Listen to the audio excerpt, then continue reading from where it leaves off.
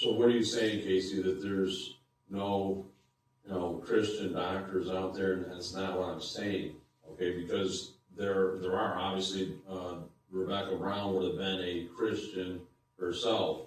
So understand this, if you're not aware, there's something that's known as the Hippocratic Oath. I don't know if anyone's familiar with that. I call it the Hippocratic Oath. But anyways, it's probably hard to see, and I'm not going to read the whole thing of it, but the very top starts out with, I swear by Apollo, healer by, Asclepius, and Hygeia, and Panacea, and by all the gods and goddesses, making them my witnesses, that I will carry out according to my ability and judgment this oath and this indenture.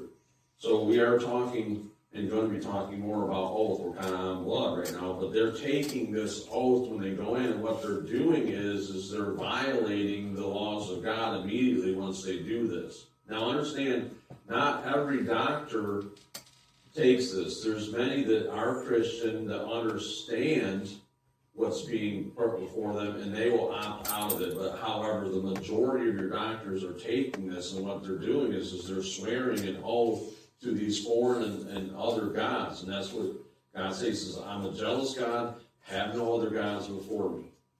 So when they come into this oath and this binding agreement here, they are now, in essence, that's what they're under.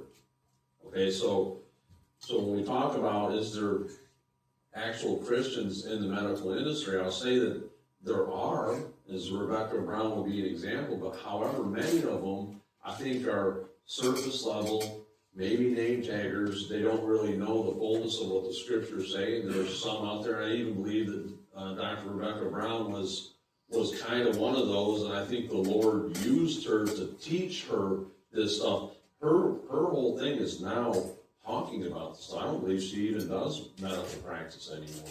I think she's solely about teaching people about this kind of stuff. She's written some other books. I haven't read them. I don't really know the fullness of that. So when we just give an example, we talked about last week, when people are putting on the name tag, you've got, just like that Massachusetts governor, claiming to be a Catholic, or even with, our mayor claiming to, yet they're doing things that don't demonstrate that, so